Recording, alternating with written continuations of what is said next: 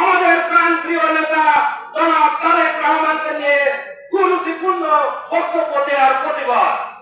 আপনারা জানেন এই জনাব তারেক রহমানকে নিয়ে তারা কুরুচিপূর্ণ মন্তব্য করতে পারে, যারা এই বাংলাদেশকে স্বাধীনতা চায় নাই, যারা বাংলাদেশের স্বাধীনতা বিরোধিতা করেছিল, যারা ৭২ সালে মুক্তিযোদ্ধার বিপক্ষে ছিল, তাদের প্রত্যক্ষ পরোক্ষ সহযোগিতায় এদেশের মামুনদের হৃদয় লুণ্ঠন হয়েছিল, হাজার হাজার বাঙালি শহীদ হয়েছিল।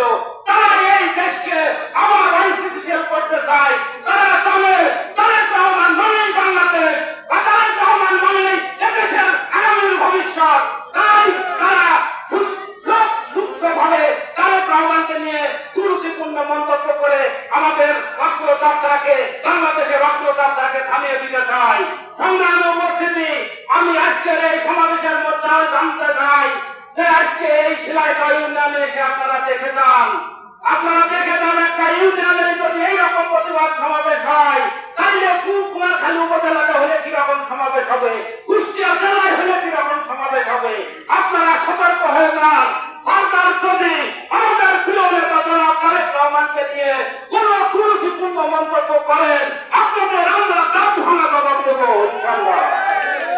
আমরা আজকের এই সমাবেশে দেখতে পাচ্ছি ঝিনাইদহের মাটি বিএনপির ঘাঁটি, ঝিনাইদহের মাটি জনাব শেখ সাদির ঘাঁটি। আজকের এই উপস্থিতি প্রমাণ করে দেয় জনাব শেখ সাদির জনপ্রিয়তা। আজকের এই উপস্থিতি প্রমাণ করে দেয় আগামী দিনে ধানের শীষের প্রার্থী জনাব শেখ সাদি যদি হয়, লক্ষ লক্ষ ভোটে আমরা জনাব শেখ সাদিকে সংসদে নিয়ে যাব ইনশাআল্লাহ। আমি ঝিনাইদহবাসীকে গর্বের সাথে ধন্যবাদ জানাই যে আপনারা এত সুন্দর একটি প্রোগ্রাম করেছেন। ইউনিয়ন পর্যায়ে যদি এই সুন্দর একটা প্রোগ্রাম করতে পারেন, আপনারা আগামীতে ধানের শীষের কান্দারি জনাব শেখ সাদিকে ঢেলে ওই সংসদে দিয়ে আসতে পারবেন ইনশাআল্লাহ। আপনারা যারা জনাব শেখ সাদিকে নিয়ে ফেসবুকে কুরুচিপূর্ণ মন্তব্য করেন, সমালোচনা করেন, আপনারা এসে দেখে যান জনাব শেখ সাদি ভেসে আসে নাই। জনাব শেখ সাদির সাথে কারা আছে, কত লোক আছে, এখানে এসে দেখে যান।